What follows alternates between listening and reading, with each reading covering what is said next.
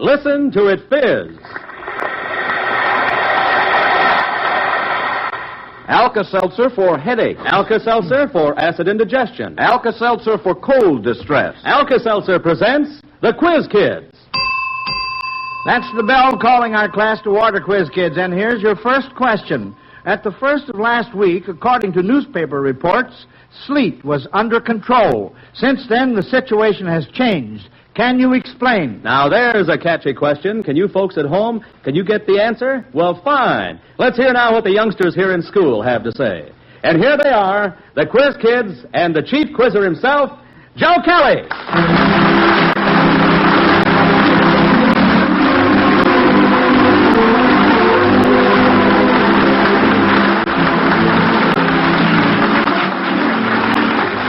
Thank you, Bob Murphy, and hello, everyone. It's time now to match wits with these Whiz Kids, radio's famous Quiz Kids. Yes, folks, welcome to our classroom of the air, and we hope all of you will go right along and see how many of these brain teasers you can answer. As for the youngsters here at their desks, well, they're all set and raring to go. On hand this afternoon, we have Joel. I'm Joel Kupperman. I'm 12 years old, and I'm a freshman at the Roosevelt High School. Ruthie? I'm Ruthie Duskin. I'm 14 years old and in 3A at South Shore High. Patrick? I am Patrick Orncommon. I'm 11 years old and at 7A at the Fort Dearborn School in Chicago. Little Brenda? I'm Brenda Liebling. I'm 4 years old and I live in Chicago, Illinois. Yes, sirree. And a newcomer to school, Michael. I'm Michael Lee Birkin, and I live in South Bend, Indiana, and I'm in the 7B at the Thomas Jefferson School. All right, fine, kids. Now, can you clear up that first question from Mrs. J. Weingarten of the Bronx, New York?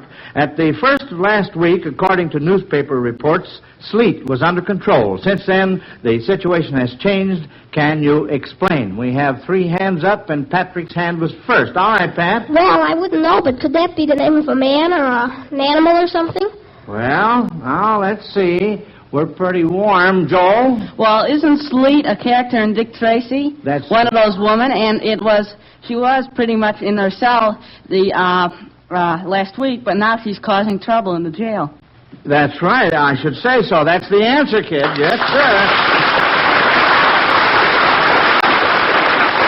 Well, that checks that one off in a hurry. And your right answer gives Mrs. J. Weingarten of the Bronx, New York, one of those dandy Zenith transoceanic shortwave portable radios. Now, friends, that's always Alka-Seltzer's reward when the Quiz Kids know the answer. When they can't answer your question, Alka-Seltzer sends you a magnificent Zenith radio phonograph combination, the set that has the new Cobra tone arm and 2 FM bands. I know you'll be mighty proud of either fine Zenith radio, so send your questions in. Address them to Quiz Kids, Chicago. Now, here is a geography review from Harold Chambers of Portland, Oregon. You children are to try to picture the map of the United States and name 6 neighboring states that all end with A, each of which touches at least one of the other 5. Ruthie? Well, I believe that would be in the southern part of the country. Georgia, Alabama, Florida. Georgia, Alabama. Florida, South Carolina. Florida. And North Carolina.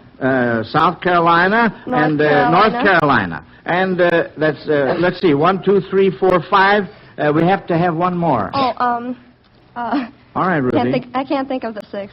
You can't think of them? Well, Joel? Virginia. Virginia. And Pat? West Virginia. West Virginia. And then, of course, in the west, there's Nevada and Arizona. No, wait a minute. Ooh, what did you say, Nevada? No, Well, there's Nevada and California. Well, that's right. California, Nevada, and Arizona, but they don't touch any other states like that, huh? So we have the 6. That's very, very good, kids. Now, let's see. Mrs. Edna Stoll of Reedsburg, Wisconsin, says that when she has read to her children, she has come across these characters. Can you Quiz Kids identify them? You must get 2 out of 3 on this one. First, who in children's stories has shoe button eyes? Brenda? Raggedy Ann. Raggedy Ann. And who else? Who else, Brenda, besides Raggedy Ann? In the same story? Huh? That I don't know. Well, all right. Let's see, Pat. Well, that was Raggedy Andy. Raggedy Andy. Her fellow doll. That's right, Now, who in a children's story has raisin eyes? Brenda? The little red gingerbread boy. The gingerbread man. How did that go, the gingerbread man? How did that go? Tell just to give us a brief outline of the story. What do you mean? Well, Just do you remember the story? Yeah. What happened to the gingerbread man? I'm going to tell you something. There was a Schwartz fox, and he said, I will take you across the river. Yeah. But he should but at the end, something happened very terrible. The wolf ate the little red gingerbread boy up. And he never did get across the river. Yes, sir.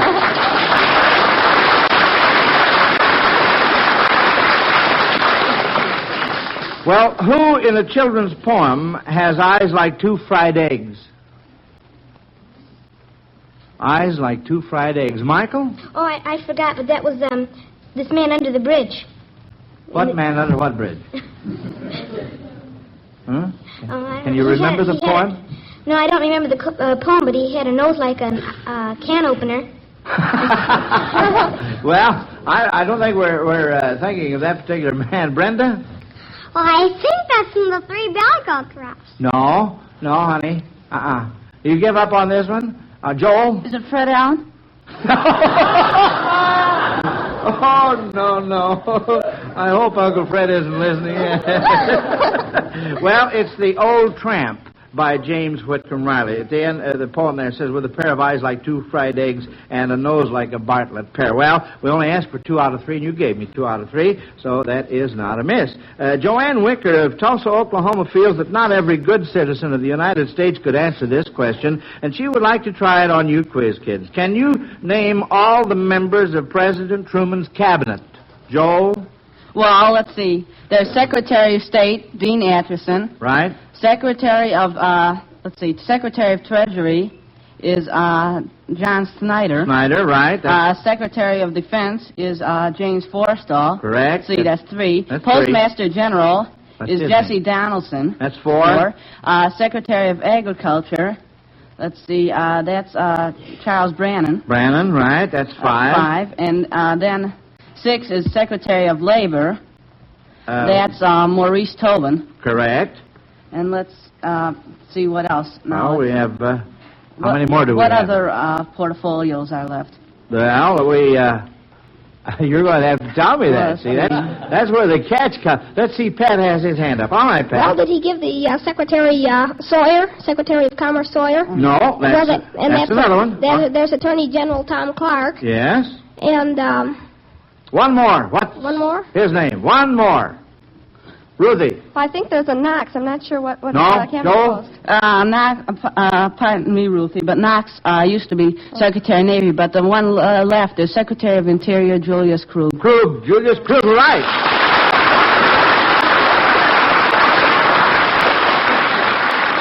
Well, that's wonderful, kids. Now, I'm ready to ask our next question, but first, Bob Murphy wants to talk to you folks who have never tried Alka-Seltzer for the relief of headache. You bet I do, Joe. And friends, the next time you have a headache or someone in your family has one, remember Alka-Seltzer.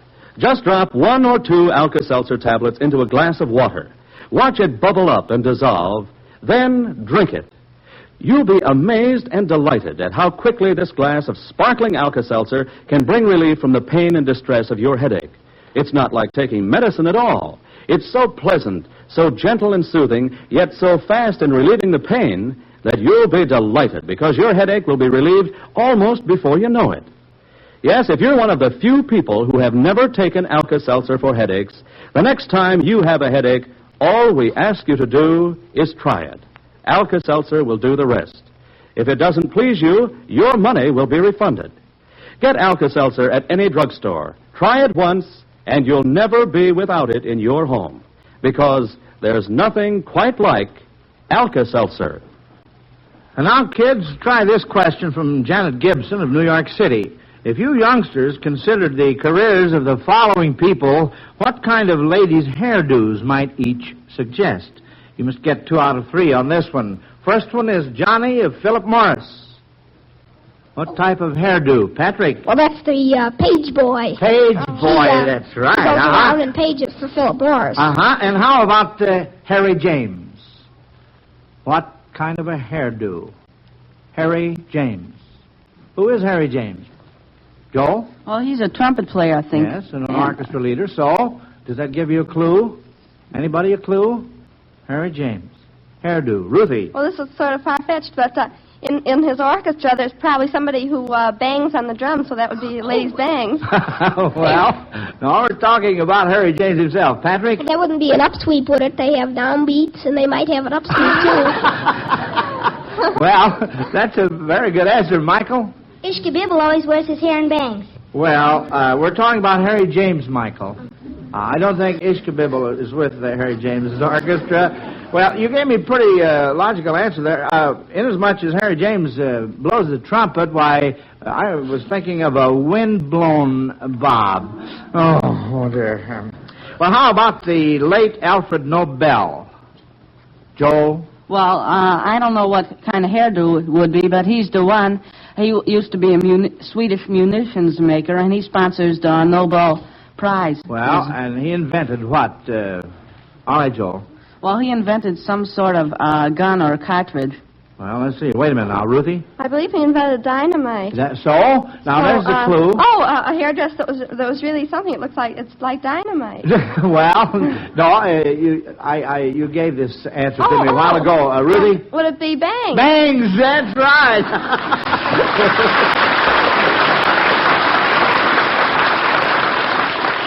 Gene Olds of New York City doesn't see how you school children ever learn to spell, since our English language has so many different pronunciations for the very same letter combinations. She points out that the letters O-U-G-H can be pronounced several different ways. Can you give 3 of the ways, Pat? Well, there's uff, as in rough.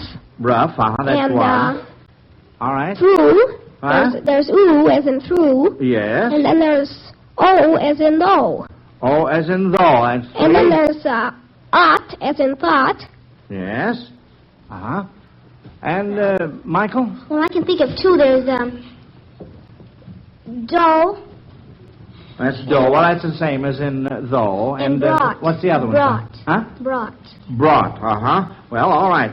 You gave me, really gave me 4 there, and I only asked for 3. All right, now, Mrs. Agnes M. Scully of Hollywood, California, is anxiously awaiting the announcement of the winner of the Quiz Kids Best Teacher Contest next month, and the contest made her think of this question. If past presidents of the United States had made these nominations for Best Teacher, which presidents would they be? If a president wrote, my nomination for the teacher who helped me most would go to my mother, my first and only teacher. Now, what president? Ruthie? Well, I believe that Lincoln's mother was a teacher. Well, she taught Abraham Lincoln up until the time that she passed away. So that's the correct answer. Now, who might have written this? My nomination would go to my cultured wife, whose educational advantages far excelled mine, and who patiently taught me the required rudiments of education. Pat? Well, that would be Andrew Johnson. Andrew Johnson is correct. He was a poor tailor, and his wife was a school teacher, so all right. She taught him. Now, what president might this be? My nomination would go to my father, a clergyman and an ardent student whose early teaching and training equipped me for the battle of life. Joel? Would it be Woodrow Wilson? Woodrow Wilson is one answer. We have a couple of more here on my cards. Ruthie? I think, well, this is sort of far-fetched, but I think that Truman's father was a clergyman or something on that, or about Truman. Well, possibly. I'm not going to call you right, or I'm not going to call you wrong, because I really don't know at this moment, see? Joel?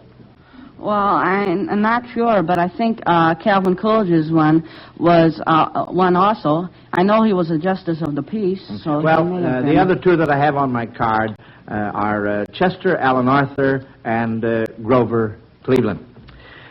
Well, let's see what our next... the county superintendent of schools in Denison, Iowa, comes to you Quiz Kids for some real help. He wants to know what you would do with a little girl 5 years old who started to school 8 weeks ago and refuses to talk to the teacher. Patrick? Well, I would naturally think, using a little psychology, that this would be maybe a deep-rooted hate, or maybe the teacher refused to take her apple the first day, or something on that order. And I would just have the teacher maybe friendly with her, and no one can stay that way long, because when you're in school, it necessitates that you have to talk to the teacher, and that's all. You bet. Uh-huh. Yeah. And, Ruthie? Well, it seems to me that if she refuses to talk to the teacher, that must mean one of 2 things. either the teacher did something that hurt her very much, or more likely, something in her infancy that her parents did made her hate authority, so that her parents ought to somehow correct the impression that she got of authority by showing her how lenient it really can be and how it can help her. Mm-hmm. That's logical. And, Joel? Well, the teacher could say, do you want some candy? And the child would be bound to talk. And, Michael? I have two things to say. The girl wouldn't have to talk to Joel. The girl wouldn't have to talk. All the girl would have to do is shake her head yes or no. Oh, well. And the other thing is, if the children were learning to read, and this girl wouldn't want to talk, and the teacher gave something to all the children that would read, and everybody else knew how to read, and this girl wouldn't read, I guess this girl would want to learn how to read because all the other children would probably make fun of her. Well, yes, that's... Well, let's see. Little Brenda has her. All right, Brenda. Well, probably I would put her near her girl who talks a lot, and then probably she would start talking.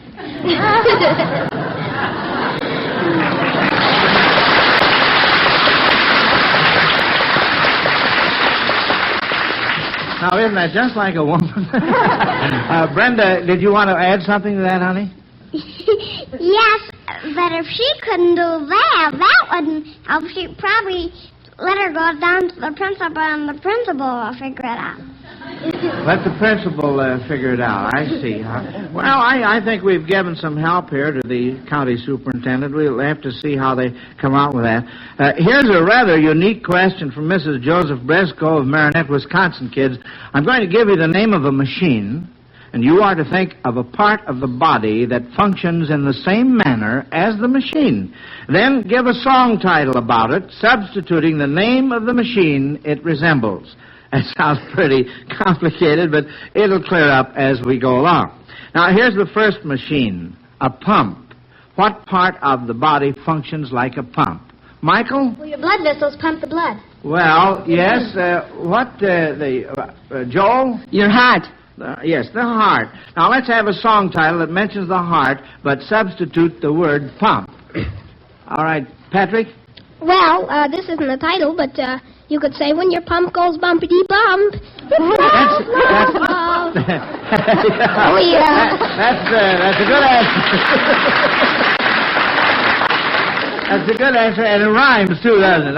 Joel? Well, this isn't part of a song title, but Who Stole My Heart Away? That's the first line of a song. Yeah, who and that would be... Who Stole My Pump Away? Yeah. Ruthie? My pump belongs to Daddy. My pump belongs to Daddy. Patrick? Well, there's one called Hearts and Flowers, Pumps and Flowers. Pumps and Flowers. I think Brenda has thought of one. All right, Brenda. Well, this is not a song, it's not a song. Oh, it isn't a song. It is. Well, it sounds like it must be funny. Let's hear it. My pump is belong to Daddy. Oh. I see. Well, let's get along. How about a lever? What part of the body would that be? A lever, sometimes pronounced lever. All right, Joel? Well, maybe the leg. Well, what other part of the body, Ruthie? The arm. The arm, So that should give us a song title in which you can substitute the word lever or lever for a part of the body. Now, let's have it. Well, there's probably some kind of a love song about I'll hold you in my arms. Oh, there must be, so... well, I'll hold you in my levers. That's the general idea. Can we think of any others? Brenda? Well, I know another song that's like that. I'm in love with you, honey. What is it? I'm in love with you, honey. You probably could argue every lover. Oh, well, I don't know about that.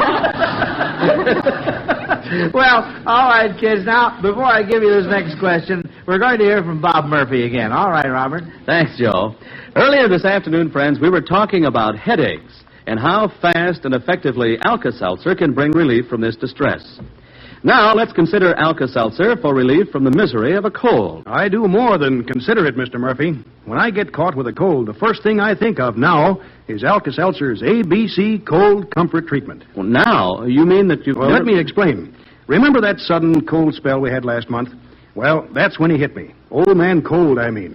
I felt miserable. Had that dull, ache all over, feverish feeling. You know what I mean. Yeah, I guess just about everyone does. Sure. Well, that's when I decided to put those ABCs you talk about to the test. I could just hear you saying, A, Alka-Seltzer. Start taking it right away to help relieve the achiness of a cold. And B, be wise. Be careful. Be sure to get more rest than usual. Then C, comfort. And say, I'll never forget how Alka-Seltzer did comfort my sore, raspy throat. So I just want to say, you can't know how good Alka-Seltzer can be to help relieve cold misery until you try it. Thank you, sir. And friends, that's what we hope you will do. Try Alka-Seltzer. Yes, when you begin to sniffle and sneeze, remember Alka-Seltzer's ABCs. Well, children, Mr. Harry Wolf of Davenport, Iowa, is a proud grandfather. He says his granddaughter weighed 6 pounds, 4 ounces at birth, and yesterday she was 3 months old and had doubled her weight to 12 pounds and 8 ounces. If she keeps gaining at the same ratio, he wants to know how much she will weigh when she is 2 years old. Joel? Well, let's see. Well, 6 pounds, 4 ounces, well, that's 6 1/4 pounds. So that's 6 1/4 pounds, and it would be, she doubles her weight every 3 months, and at 2 years then, that'd be 8 3-month periods. So that'd be 6 1/4 times 2 to the 8th. So let's see, 2 to the 4th is 16, squared is 256, times 6 1/4. Well, that's the same as 25 times 64, or 1,600 pounds. 1,600 pounds is correct. That's right, Joel. Well, Joel, tell me this. How much would she weigh at the age of 18? All right. Well, that'd be 72 3-month periods. So let's see, that'd be 6 1/4 times 2 to the 72nd. Well, I'll have to do this by logarithms. The log of 2 is 0.3 times 72 is 21.6. So that means 22 numbers in the 6, since 2 is 0.3. Then 4 would be 0.6, so it'd be 4 and 21 zeros times 6 1/4. That'd be 25 and 21 zeros, and since there's 9 zeros in a billion, so that'd be 25,000 billion pounds. That's absolutely right, Joel. That's wonderful.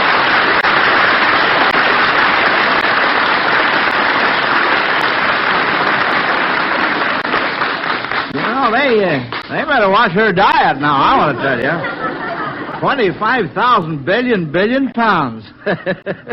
Well, according to Ellen Jane Anderson of Vancouver, Washington, it seems that writers of operas have a great habit of making their characters drink magic potions that make them fall in love, lose their memories, or in general get everyone all mixed up. Now, can you recall 3 examples of this in operas? Brenda? Well, there's the Twilight of the Gods by Richard Wagner. What was that again, the first opera, honey?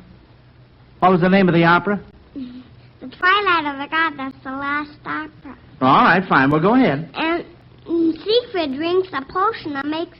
First he loved Brunhilde, but he says, I drink to you, Brunhilde. But when he winds up of it and he falls in love with her, and Hague made that plan, and then in Tristan and Isolde by Wagner, Isolde asks for a death potion, but her maid Brangäne gives her a love potion, and they start to love each other, and they forget all about King Mark.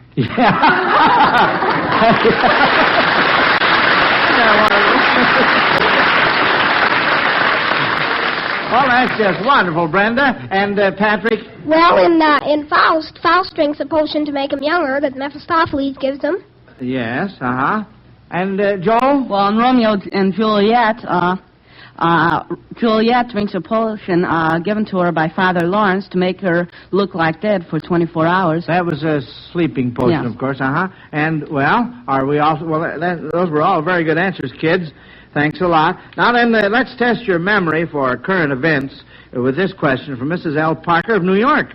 General Eisenhower resigned last year as Army Chief of Staff to become President of Columbia University.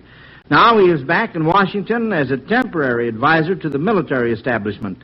Do you remember who replaced General Eisenhower as Army Chief of Staff, Joel? Omar Bradley. General Omar S. Bradley, that's correct. Now take this next question from Grace Hemingway of Houston, Texas. I'm going to give you clues which should suggest famous treaties in American history. Let's see if you can identify them. First one is 1803, $15 million. Joel? Well, that's when we bought Louisiana from France. You see, Napoleon was in power in France, and he was at war with England. But England had the best fleet, and he was afraid that England would take over Louisiana and use it against him.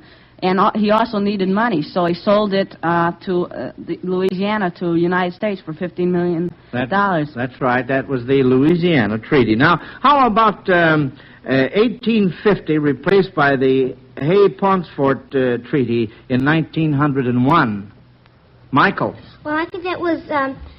what treaty was that? That was the Clayton-Bulworth Treaty between the United States and Great Britain, that any canal that was in Central America, any other canal in Panama would be operated by the two countries. That's very, very good, Michael. Very good.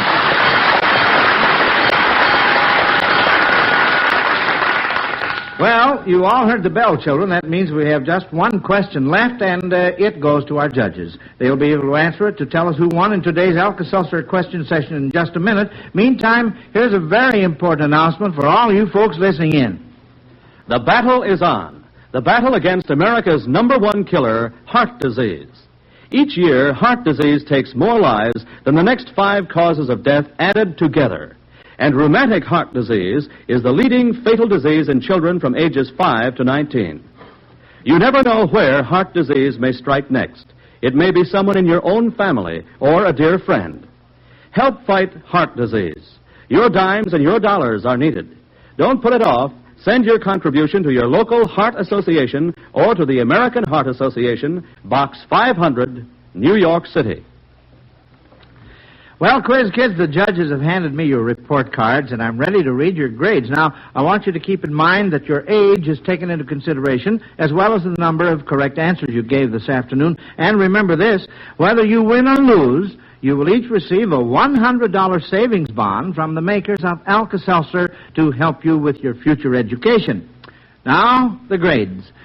Well, the judges say that as a class, well, you didn't miss any questions this afternoon. Joel was first, Patrick second, and Brenda third. So we'll expect you 3 back at your desks next Sunday. And here to compete with you, we'll have Rennie Templeton, age 13, and the brand new quiz kid, Donald Hall, age 12. And we hope all you listeners will plan to visit our classroom of the air next Sunday, too. Remember the time, won't you? And be on hand for roll call. Until next Sunday, then, this is Joe Kelly dismissing the Quiz Kids. Goodbye, kids. Bye, Miss Kelly.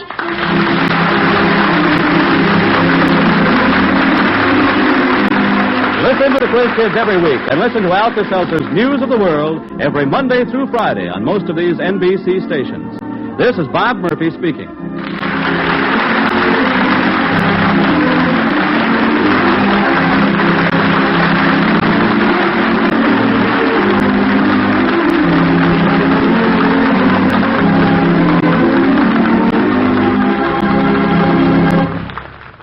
This is NBC, the national broadcasting company.